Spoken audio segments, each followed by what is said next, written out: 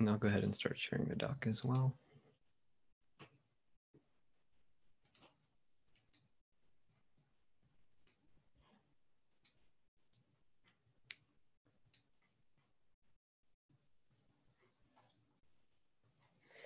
Yeah, and if you need access, there's a mailing list. So is that a Google Workspace account? CMU. So yes, it is.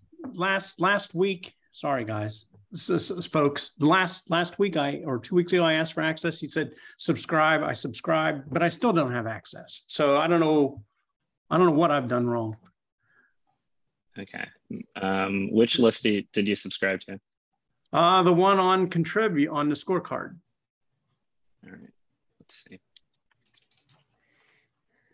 I'm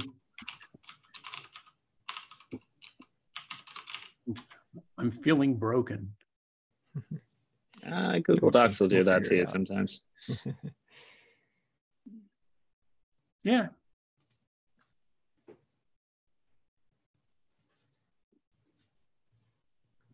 Did you join the Scorecards dev or announce? That's why I asked, because announce will give it to you. Dev will give it to you, but unannounced. That might have been what I did. I may have just grabbed the first one. Okay. Don't do anything. Let me do my piece here, and I'll holler later. I'm not going to hold you up.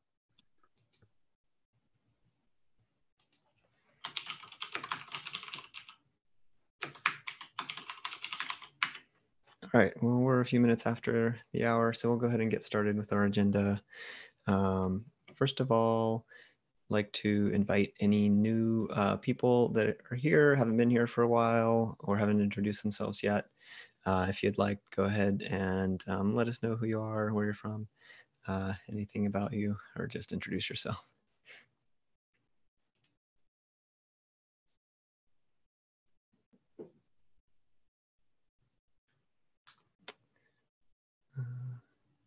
Oh, looks like we're all regulars, so no new faces today.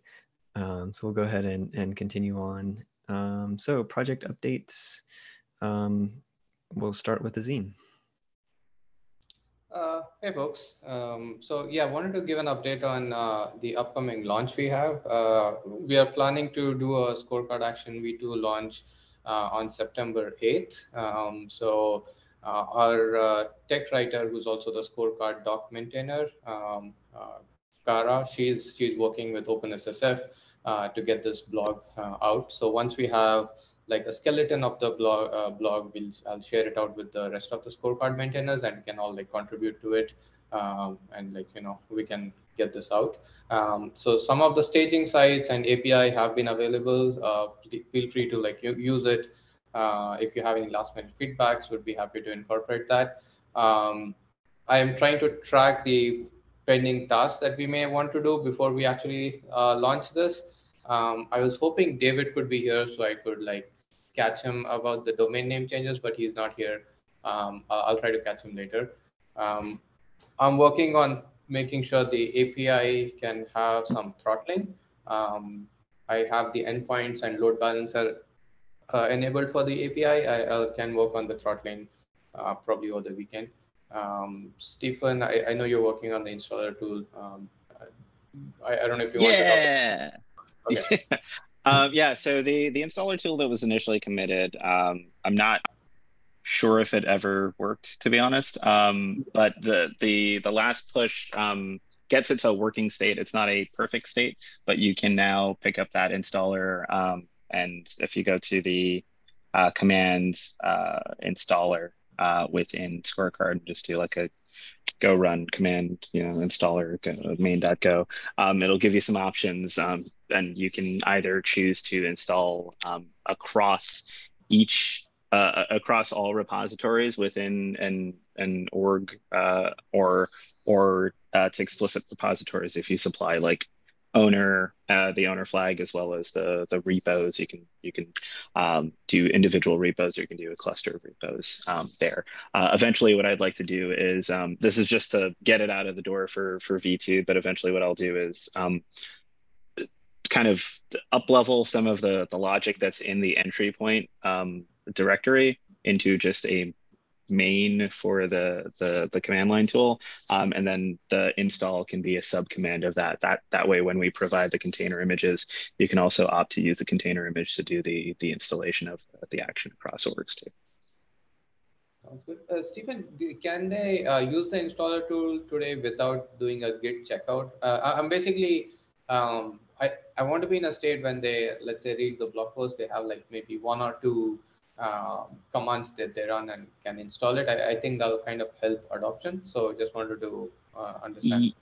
Yeah, so at this point they would have to do a git checkout. There's no, so I mean, in that case, what I can do is prioritize the work of turning that into a subcommand. That way, whatever we're publishing as containers, it'll automatically be out there. So you can opt to install, from the repo, or you can opt to pull the container and do the installation that. We don't have a container for scorecard action, just FYI. We don't have anything. Did we not put in the Golang based stuff? Yeah, we do actually have a Docker. But it's not published. Like it's like we don't recommend people say, hey, go download this. That's what I'm trying to say. Sorry if I was so as part of the blog post, we should recommend that.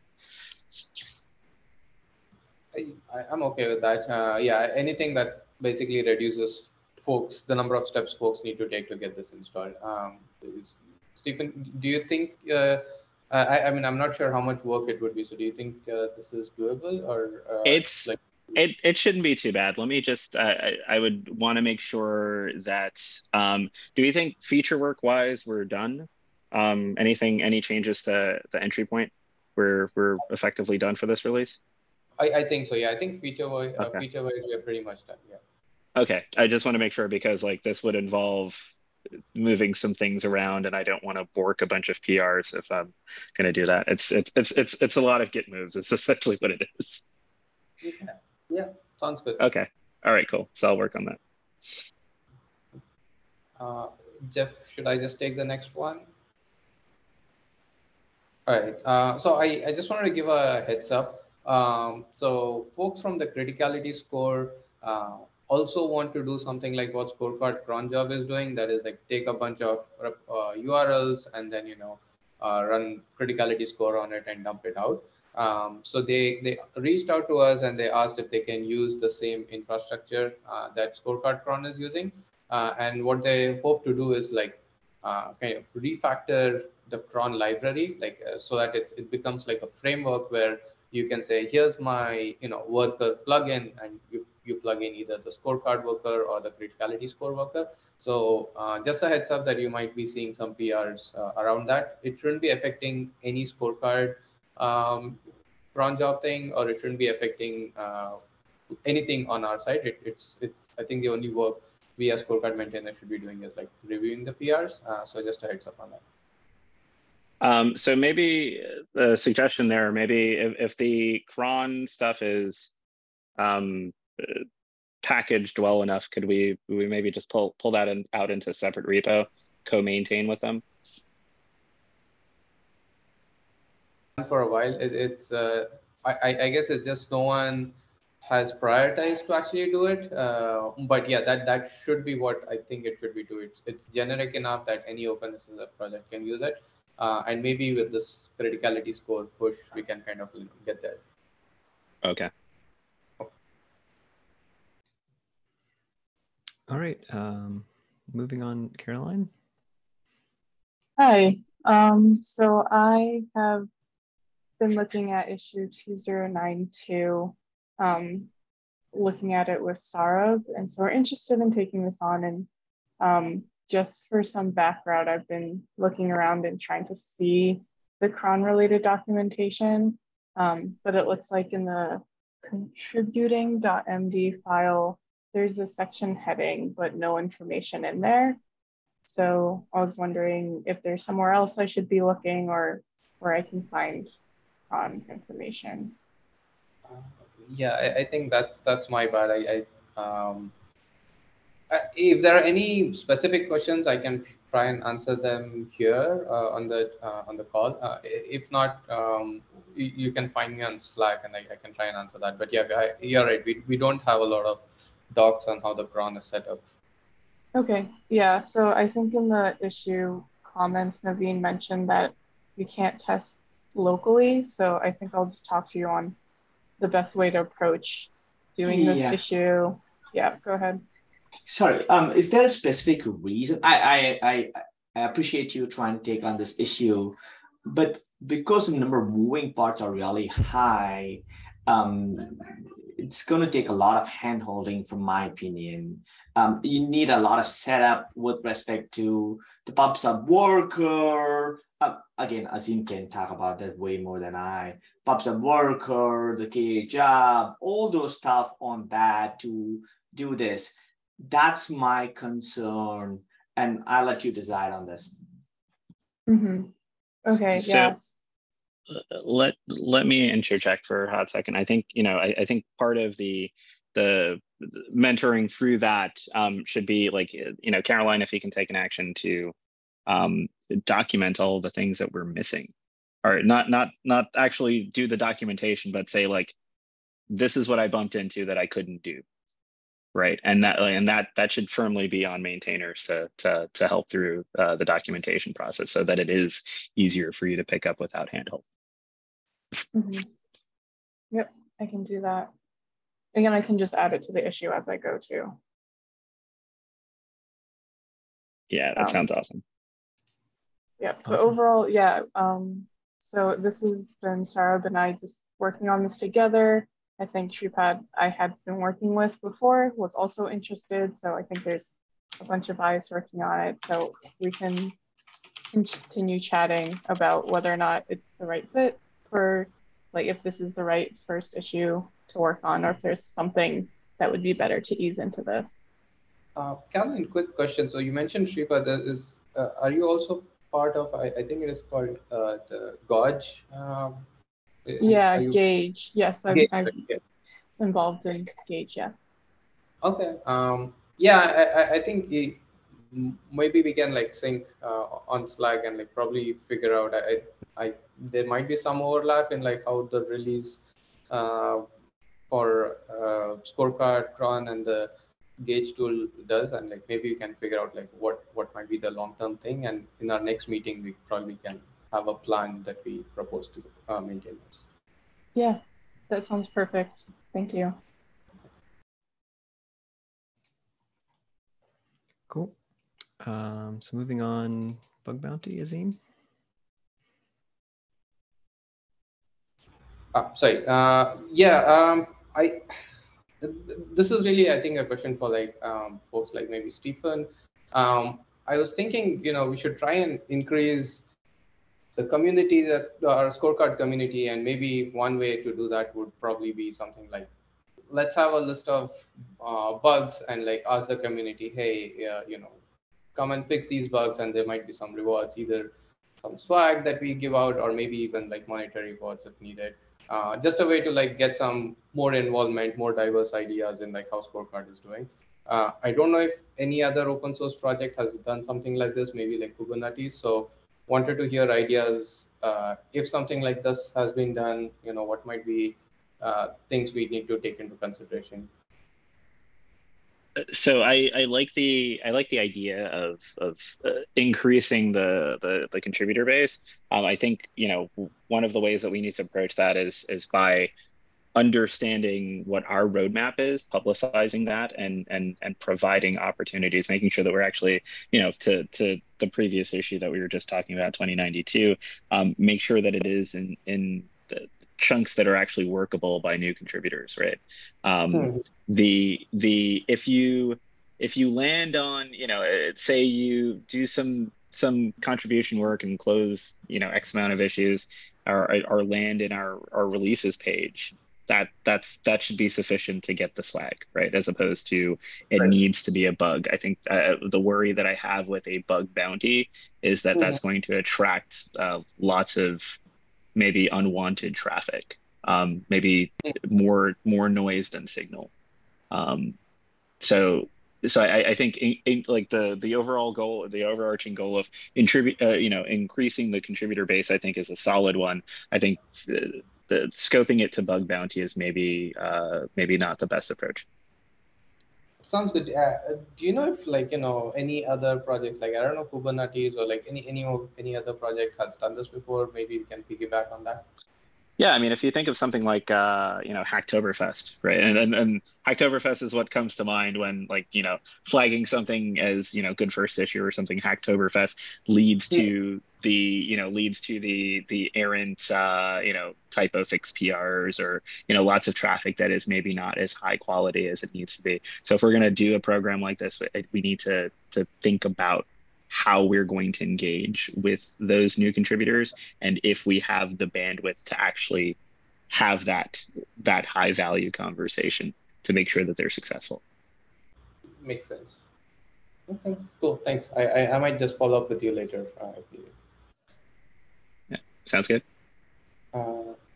Yeah, I see the next one. Sorry, I think the next one is also me. I stopped seeing the meeting recordings being uploaded on YouTube. That used to be a thing. Again, I don't know if anyone from OpenSSF or LF is here, but yeah, that's something that I don't see is happening right now. So I'll probably just flag this to David separately. Yeah, if you don't mind, maybe sending an email out instead to operations@openssf.org. That way it hits everyone. Because I know a few people may be on the way to vacation or coming back from vacation. So that's the list to hit everyone. And I would agree that when did we have a drop off in meeting recordings? Actually, not so sure. I think it's been like maybe the last 2-3 meetings have not been recorded, but we used to have consistently recorded meetings uploaded to YouTube. Okay. Maybe an integration drop too. Maybe it's not a human thing. I know in Kubernetes we were using this plugin that just fails all the time. So often it does require human intervention. Yeah, sounds good. I'll email and I guess we can get this fixed. I'm gonna put Ethan on the spot. That's me. Do you want to talk about any of the changes to the design review that we had last session? Oh, sure, yeah. So there have been some changes to the action use policy for All-Star. So a lot of the feedback has been integrated, including now priority is taken into account when evaluating the rules. So pretty much everything should be deterministic in how rules are evaluated now. I'm sure you'll be happy to hear. So yeah, that's probably about ready to land at least an All-Star main. So we'll see exactly. Yeah, that might end up deployed sometime, and then we're hoping to test it out soon enough. Yeah, and then there were also some corresponding changes to how issues are handled in All-Star. So now they're edited if the notify reason changes. So that means, especially for this policy, it'll be helpful because you'll be able to keep updated about when there are changes to how well you're doing in regards to the organization's various rules. So yeah, pretty excited about that.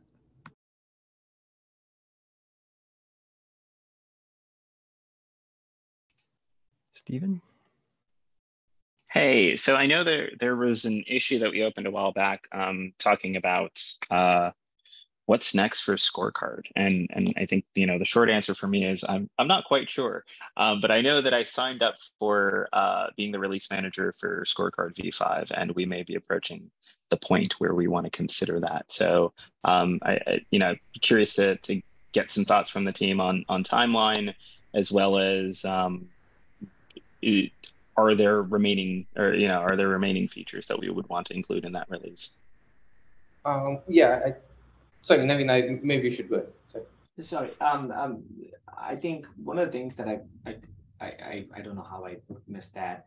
I seen tagged a bunch of items specifically based on one of the university's research findings. So I think that would be a great to be great to go into V5 if we are thinking of getting that. That was my take. Azim, sorry, let me step over. Go ahead. Sure. Yeah. So I just wanted to say I don't think we have like any major blocking features to release V5.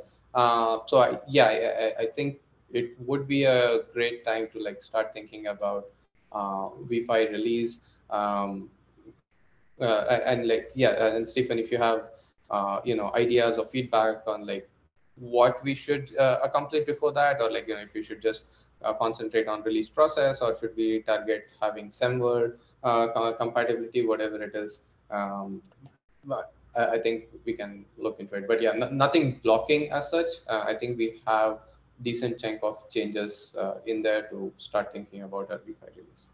Okay. Yeah. The primary reason for me volunteering is to exercise our release process and see and try to see where the gaps are. I think there's also some opportunity to collapse some of the various environment variables and switches and levers and doodads that you have to pull to enable certain or enable or disable certain features or formats. So I know that there's been some work into collapsing some of that stuff already, but it would be good to close out on that and decide what is the official feature set for V5. To the changes that you had mentioned, or to the suggestions that were made for inclusion around the university work, do we have a tag for that? Or do we have an umbrella issue that's tracking those requests? Yeah, I'll put in the meeting notes. I've tagged them all as score reporting. Score reporting? Okay. Yeah. So I'll take the score reporting, anything that's in the score reporting label, and I'll put that into the V5 milestone. Okay, but yeah, I think it would be great if you could help us like plan out like a release process, or like even have a documented release process that we can all follow consistently. Yeah, that's great. Yeah, so I did some documentation work on the basically what I grokked from conversations with y'all around the scorecard action stuff, but it would be great to get the full picture of like scorecard to scorecard action, scorecard web app, any things that need to happen in between, like regenerating Swagger documentation, for example, right? Sounds good. But yeah, those are all in the V5 milestone.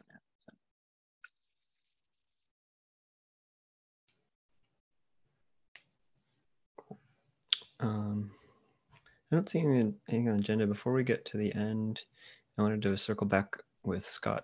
Were you able to get access after you joined the dev group? Thank you for asking. Yes, I'm in. Okay, so you're in the group and you can edit the doc. I can edit the doc. I added my name to the attendees.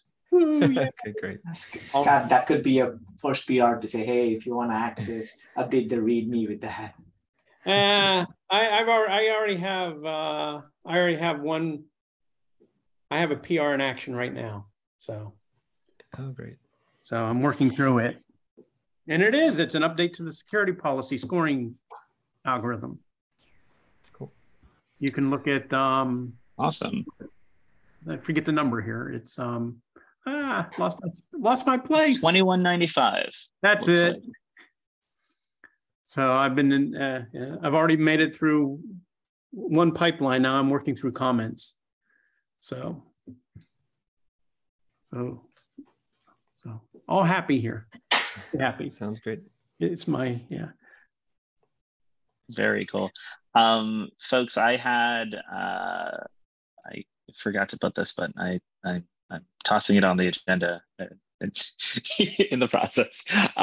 So the question, I know there have been questions in the past around like the having a bot account for a scorecard. Do we get an update? I know there were some pings on that issue too. No, we still didn't. We didn't get any update. We I think I wrote to operations. I didn't get an update. Probably again doing that would be better. Yeah, we still haven't gotten any update. Gotcha. Especially for the 1Password, that's what we were looking for. We still didn't get any update on that. Got it. All right. So 1Password, we've got the bot account needs. There's also, did someone do we should maybe try to close out on the conversation around, there is the one that came up around a docs maintainer team, but also the overall settings bot plus code owners situation. I know that we haven't merged those PRs yet. Do we want to take some time to chat about that? I think docs maintainer, I see a scorecard docs maintainer team, and Kara is probably part of it. I don't know who did that. Maybe Naveen. I did that. Sorry. I mentioned in the previous scorecard meeting agenda that I'm going to take that. I did that. Okay. Okay. Cool. Thanks. Yeah. So I think that's taken care of. Naveen has fixed that. Yeah, but we should probably talk about the settings part thing. I'm always a fan of having everything written in code rather than changing things in UI. I'm not super familiar with what this setting spot is. Is this a trusted bot by GitHub? I don't know about that. So as long as we think we can trust this, I'm okay. I'm more than happy to have a settings file which kind of yes, yeah. it is a GitHub bot.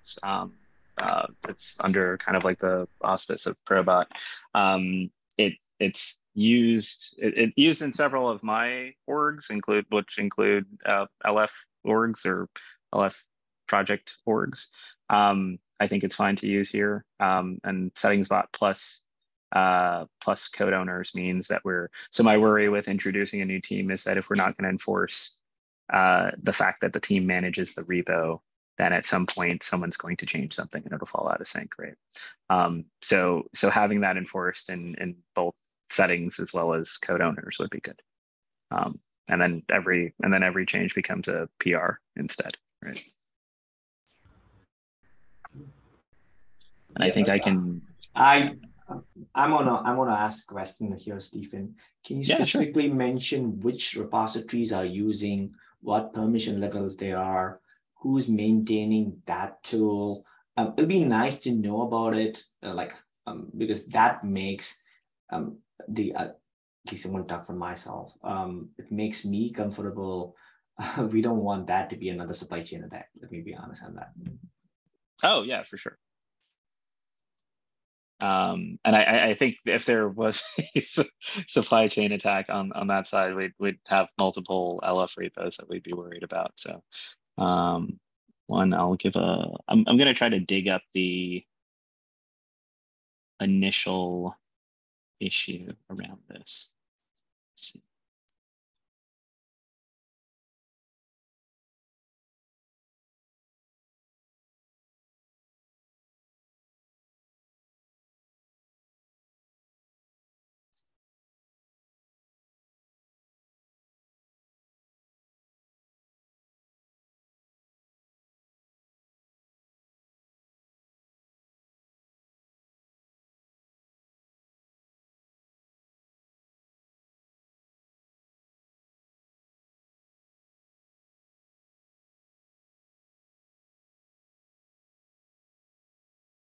So I just popped that open on, just popped it in the chat if you want to pull that one.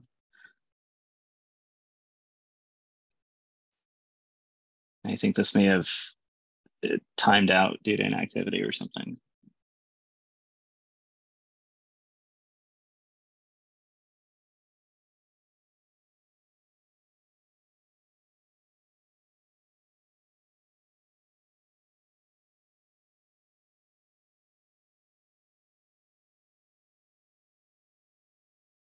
Laurent, to answer your question from this issue, the infrastructure is basically the GitHub apps context.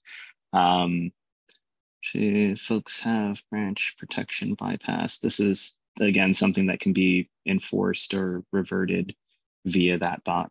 And part of the reason that you install them together or use them together is that the settings are you basically have two levels of settings. One specifically that controls the dots GitHub folder, or more specifically, like GitHub/settings.yaml, and then another one that controls the rest of the repo. So when you're ensuring that that's part of the reason that I created multiple teams to start, not just a maintainers team, but an admins and a maintainers team. The admins team would hold control over the settings configurations for the repos, where it would give us an opportunity to bring on triagers that don't have that level of merge access.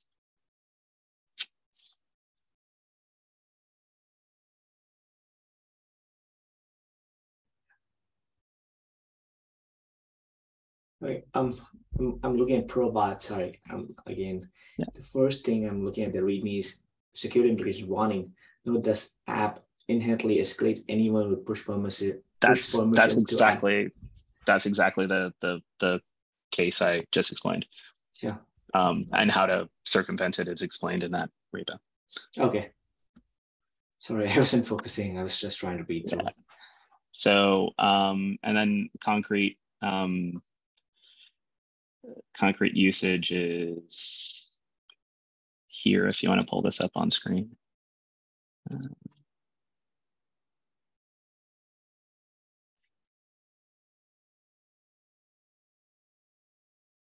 Right, so that's what I laid down in to-do group. And this allows you to configure exactly what the repo should look like on the settings side. And then within, if you go up a level to the code owners, right? And then you'll see that there are two segments, one for the entire repo, which the steering committee has access over. And then, I mean, really, there's only one group of people reviewing for this repo, but one you'd set code owners explicitly for the settings.yaml, and then one for the rest of the repo, however you want to carve that up.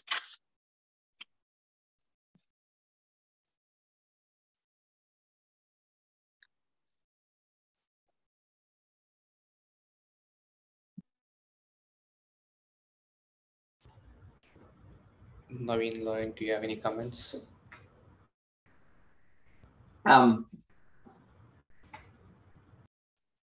Unless there's a pressing need, I am not in favor of this, because it's one bad thing that has to happen that can compromise stuff. That's my take. Again, it's only my take. I'm gonna state that.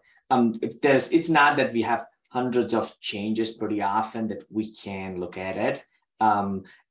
Anytime, at least I can speak for myself, anytime if I have to change any of the settings, I hear up in Slack saying, I think other maintainers have also done that, saying, hey, I want to change any admin settings just so that we are all in sync and page, because I have to merge this PR. So that's my take. I'll let Lauren speak for.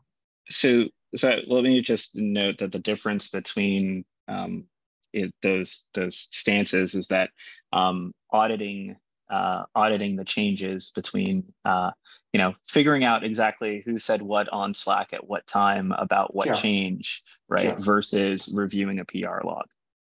I think I agree. Right, I agree. Right.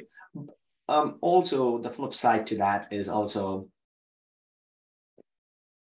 is that the risk we want to take of some bot? So can I compromise? Again, I'm playing devil's advocate again. I could I'm trying to...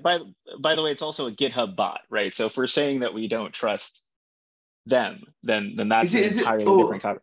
Yeah, Probot is from GitHub. Yeah. Okay, just an FYI, the GitHub had privilege escalation, which they never wrote out, just so that about 3 months before, they never came out and said, guess what? You had a read-only token, but it could write.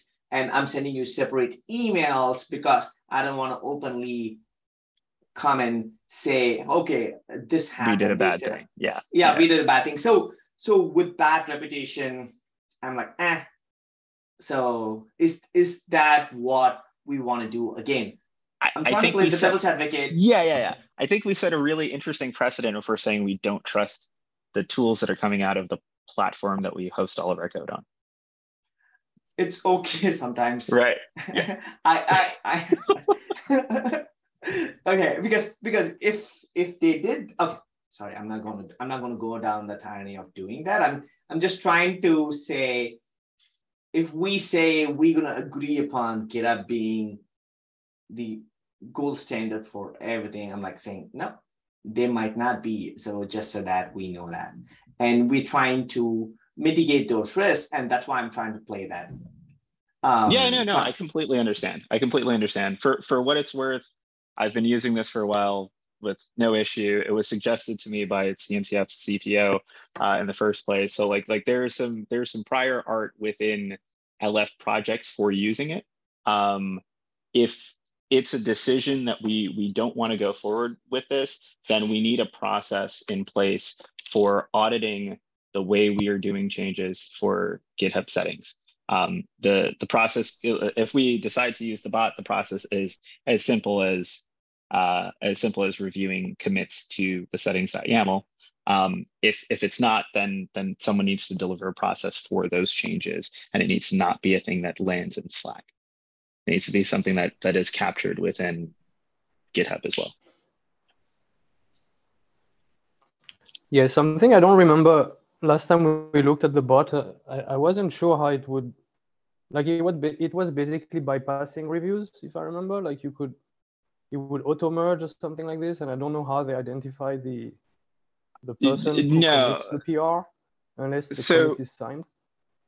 So no, it's not bypass unless you configure. This is also so Kubernetes will do this a slightly different way. Like we have Prow running, and there are various Prow plugins that ensure that branch protection is being enforced, for example, right? If you come from Kubernetes land, you get a lot of things out of the box by using one of their repos, just by way of having Prow running in the background. For any other LF project, that is not necessarily the case unless they're taking advantage of Prow too. What's great about this is that if you're trying to figure out how your branch settings are, your branch protection settings are configured, that config is going to tell you exactly how they're configured. So you can go down to like, this branch is this is our default branch. This is this branch is protected. It requires X amount of reviews, yada, yada, yada. All of those settings are included in settings.yaml as well. Yeah, no, what I mean by bypass is I think the bot LGTMs the reviews so that it can merge them. I don't remember. That's what I remember from reading their doc and looking at their code, or like looking at some code somewhere. I forgot even. The settings bot doesn't do that. Not the settings bot. No, setting bot doesn't do that. There are other bots. There are other bots. Yeah, there are bots like Mergify, for example, which you can configure to auto merge the same way we click auto merge for a bunch of our PRs, or we might say Dependabot squat. If we approve a request from Dependabot and say like squash and merge, it will take that as an approval. But settings bot doesn't do that. Yeah, personally, I would also like to have like a bot that is read-only and can post the settings somewhere, so it doesn't have to like. I don't remember exactly how this bot works. I remember last time we had some concerns, but I don't remember what those were, so I cannot really comment exactly. But yeah, to answer the question, I'm looking at one of the notes that you left is the having the bot have the ability to change branch protection admin users, and theoretically we are in a way we're third parties, right, to the overall org, right? We don't have the same level of privileges, so that trust is delegated already. It's whether or not we want to manage it manually or not. And if it is a wider discussion about what the security implications are around settings bot, we can do that. Then we're kind of doing it right now, right? But I endorse it, if only for the whole. It's the settings are auditable, and it takes the need for us to manage them actively, or figure out how they were done, when they were done, by who they were done, out of our hands.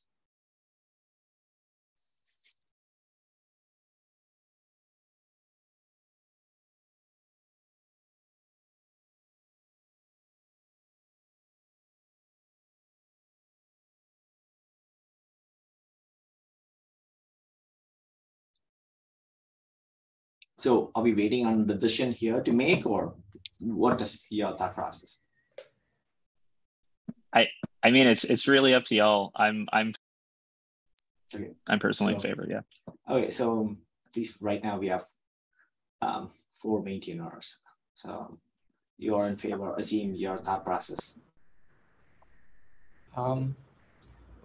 Like I said, I mean, I can go either way. I'm always a fan of like having things written down in code. But like I said, I am not super familiar with how you would trust something or like what might be the security implications here. Okay. But if folks think this is trustworthy, I think I'm happy to have the settings in code. Like I think that's always a good practice in my opinion. Yeah, that's my view. So do you want to, Lauren, do you have anything specific? Yeah, I mean, I also like to have config as code, but to me, I think we need to do, I mean, I'd like to see a document that says these are the security risks and this is how the bot works. Like right now, honestly, I don't remember anything about what that bot does. So I can't really say anything. Sure. For me, I would just delay it and write a doc and then maybe even run it by the TAC because that's an OpenSSF project. So that the discussion is also, perfect. Yep. You know, a broader discussion. Yep. So sorry, I'm thinking like, Stephen, could that be the next step? And you write a doc and we present the TAC and let them decide? Yeah, that's totally fine. I think, you know, I think as part of that, we had mentioned on the last call that, you know, that I'm going to be investigating some contributor experience, contributor strategy points. And this is definitely part of that, because I think, you know, ultimately with any of these orgs projects, the question becomes, how do we manage things consistently over time? And really it's to not let the humans do it and to have it, you know, configured by app.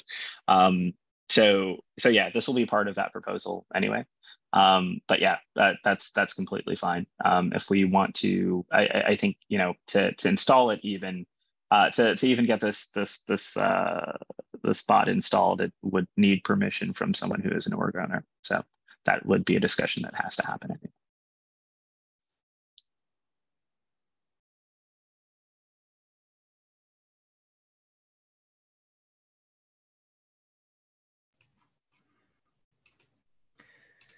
Cool. I have another one that You are on a roll today. I you know, sometimes I'm not able to show up to these meetings, so I've got to get my licks in while I can.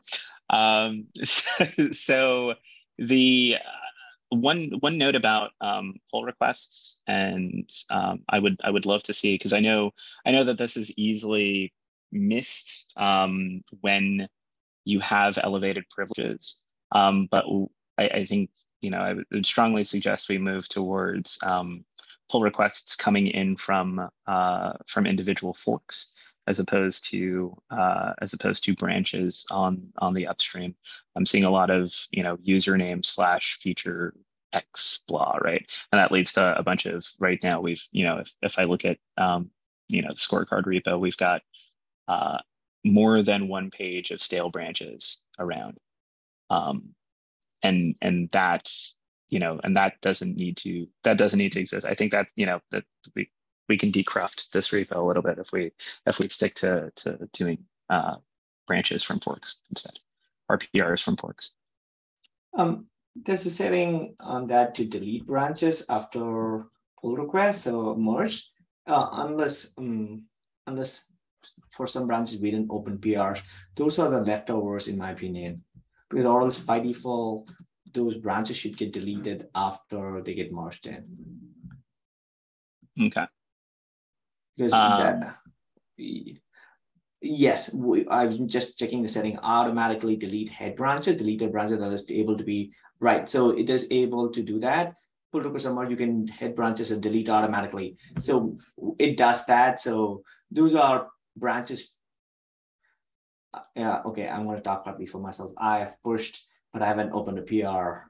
So probably those things. I'm not denying that we should not do from forks, but I just want to say what it is on that. Yeah, no, I totally understand. It's a cleanliness thing, really, and especially as if we scale up maintainers and stuff, we want to set the expectation that keep minimal branches and branches that are useful, right? I don't see a good reason to track additional branches on the upstream unless we're co-developing on some future branch or something.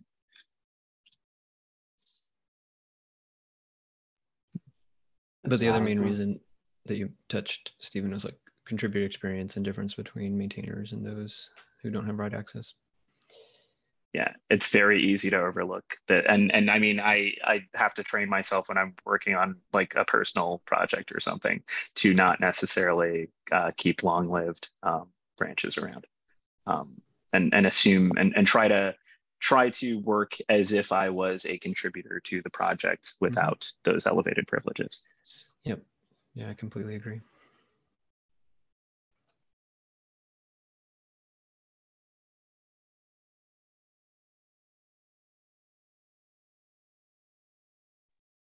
Cool. So request, it seems like everyone is fine with that. Hopefully. So request to the team, delete your stale branches. Should we document this in the? Yeah. We absolutely should, yeah. Okay. All right. Any other topics?